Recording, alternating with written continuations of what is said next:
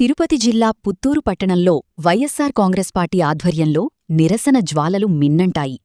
కూటమి ప్రభుత్వం చేపట్టిన మెగా డిఎస్సిలో భారీ అక్రమాలు జరిగాయంటూ మాజీ మంత్రి ఆర్కే రోజా నాయకత్వంలో వైఎస్సార్సీపీ శ్రేణులు భారీ నిరసన ర్యాలీ చేపట్టాయి. స్థానిక ఆంజనేయస్వామి ఆలయంలో ప్రత్యేక పూజలు నిర్వహించిన అనంతరం ప్రారంభమైన ఈ ర్యాలీ బజారు వీధి, కాపు వీధి, మార్కెట్ వీధి మీదుగా సాగి అంబేద్కర్ విగ్రహం సర్కిల్ వద్దకు చేరుకుంది. ఈ కార్యక్రమంలో వైఎస్సార్ కాంగ్రెస్ పార్టీ నాయకులు, కార్యకర్తలు భారీ సంఖ్యలో పాల్గొని కూటమి ప్రభుత్వానికి వ్యతిరేకంగా నినాదాలు చేశారు.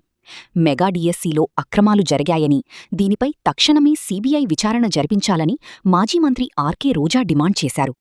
నిరుద్యోగుల భవిష్యత్తుతో ఆడుకుంటున్న విద్యాశాఖ మంత్రి నారా లోకేష్ తక్షణమే తన పదవికి రాజీనామా చేయాలని ఆమె స్పష్టం చేశారు.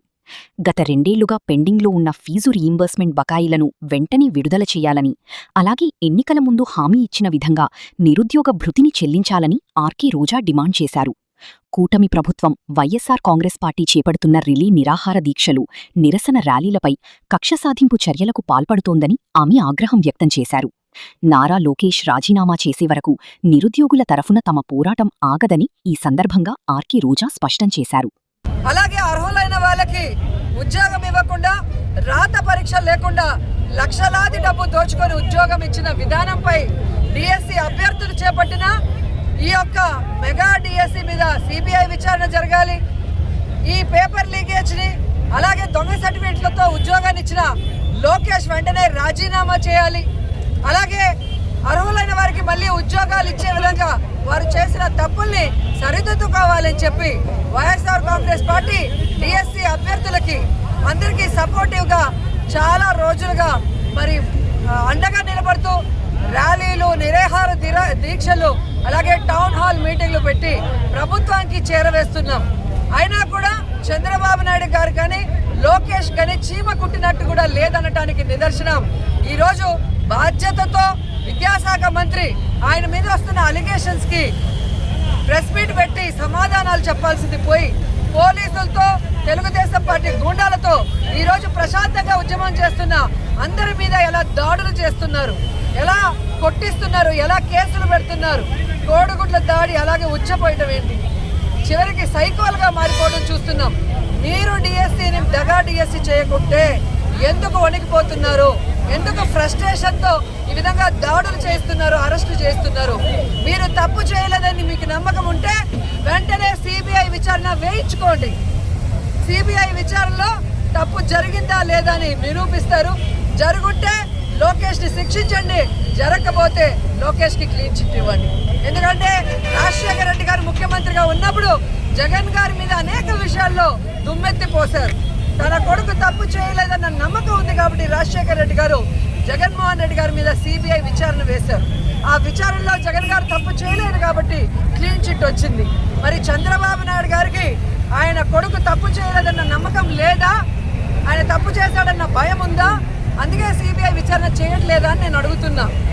ఈరోజు పేపర్ లీకేజ్ అయిందని స్పష్టంగా తెలుస్తోంది. ఈ పేపర్ని ఎవరైతే సెట్ చేస్తారో ఎస్సీఆర్టీ, అందులో పనిచేస్తున్న నవీన్కి ఫస్ట్ ర్యాంక్ ఎలా వచ్చింది? ఫస్ట్ ర్యాంక్ వచ్చిన వాడికి ఉద్యోగం ఎందుకు ఇవ్వలేదు? దాన్ని బట్టే పేపర్ లీకేజ్ జరిగింది అన్న విషయం స్పష్టంగా అర్థమవుతుంది.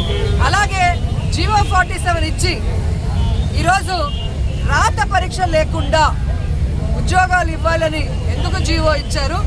డిఎస్సిలో అభ్యర్థుల్ని రిక్రూట్ చేసిన తర్వాత ఆ జీవోని క్యాన్సిల్ చేసి యథాతథంగా మళ్ళీ రాత పరీక్షతోనే భవిష్యత్తులో ఉద్యోగాలు ఇవ్వాలి అని ఎందుకు జీవో ఇచ్చారని అడుగుతున్నాను.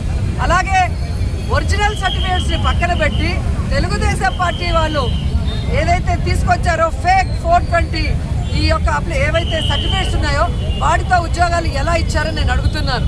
వానా గుంతలు ఆడటం, ప్యాక్ ఆట ఆడటం, బ్రిడ్జి గేమని తాడు పట్టుకొని లాగటం, ఇలాంటి గేమ్లకు ఉద్యోగాలు ఇచ్చారంటే ఇది రాబోయే తరం పిల్లల భవిష్యత్తుని సమాధి చేయడానికి ఈరోజు 3.5 లక్షల మంది ఎవరైతే దీంట్లో పాల్గొన్నారో డిఎస్సి అభ్యర్థులు, వాళ్ళందరి జీవితాలు నాశనం చేసే విధంగా తన అవినీతి కోసం, తన స్కామ్ కోసం లోకేష్ ఎలా దోచుకున్నాడు, ఈరోజు ఫారెన్కి వెళ్ళి ఎలా దాచుకుంటున్నాడో మనం చూస్తున్నాం.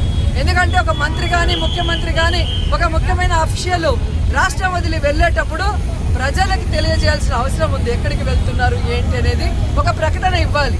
కానీ ఈ 2 ఏళ్లలో ప్రజల డబ్బుని దోచుకోవటం, ప్రజల డబ్బుతో ఈరోజు జల్సాలు చేస్తున్న లోకేష్ ఎక్కడికి వెళ్తున్నాడు ఏం చేస్తున్నాడో తెలియకుండా దాక్కొని రహస్యంగా వెళ్తున్నాడు అంటే చంద్రబాబు నాయుడు లోకేష్ ఇక్కడ దోచుకున్నది ఫారెన్లో దాచుకోవడానికి కాదా అని ప్రశ్నిస్తున్నా.